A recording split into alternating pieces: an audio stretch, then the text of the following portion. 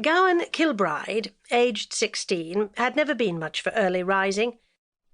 While still living on his parents' farm, he had grumbled his way out of bed each morning, letting everyone within hearing distance know, through a variety of groans and creative complaints, how little to his liking the life of husbandry was.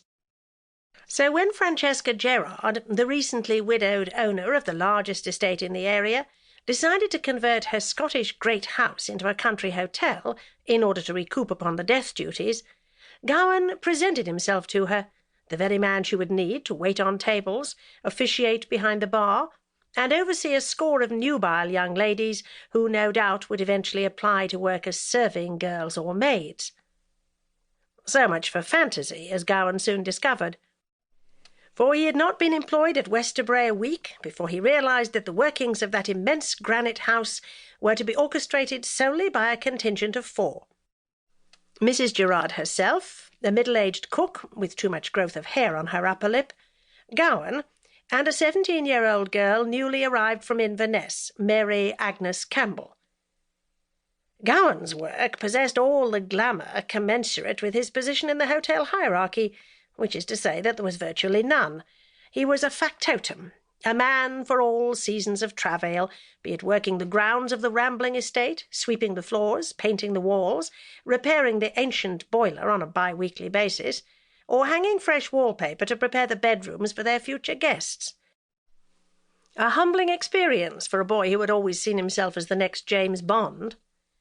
The irritations of life at Westerbray were mitigated solely by the delicious presence of Mary Agnes Campbell, who had come to the estate to help put the house in order prior to its receiving its first paying customers. After less than a month of working at Mary Agnes's side, even getting up in the morning was no longer a chore, since the sooner Gowan bounded out of his room, the sooner he would have his first opportunity of seeing Mary Agnes, talking to her, catching her intoxicating scent on the air as she passed by. Indeed, in a mere 3 months, all his former dreams of drinking vodka martinis, shaken, not stirred, and showing a marked preference for Italian handguns with skeleton grips, had been quite forgotten.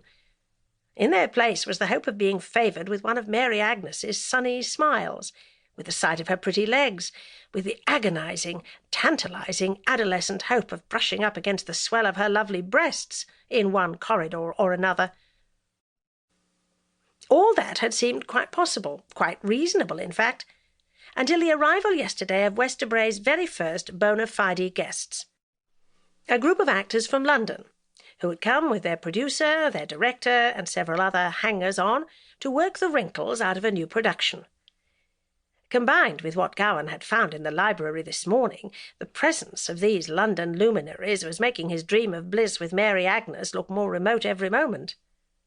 So when he pulled the crumpled piece of Westerbray stationery out of the rubbish in the library, he went in search of Mary Agnes and found her alone in the cavernous kitchen, assembling trays of early morning tea to be carried up to the rooms. The kitchen had long been a favourite haunt of Gowan's, mostly because, unlike the rest of the house, it had not been invaded, altered, or spoiled. There was no need to suit it to the tastes and predilections of future guests. They would hardly come wandering through to sample a sauce or talk about the turn of the meat. So the kitchen had been left alone, just as Gowan remembered it from his childhood. The old tile floor of dull red and muted cream still made a pattern like an enormous draught-board. Lines of coruscating brass pans hung from oak stringers against one wall, where iron fixtures were like smudgy shadows on the cracked ceramic surface. A 4-tiered pine rack atop one of the counters held the everyday dishes of the household, and beneath it a tri-cornered drying stand wobbled under its burden of tea towels and cloths. Pottery urns stood on the window-sills, holding oddly tropical plants with large palmate leaves, plants that by right should have withered under the icy adversities of a Scottish winter, but none the less thrived in the room's warmth.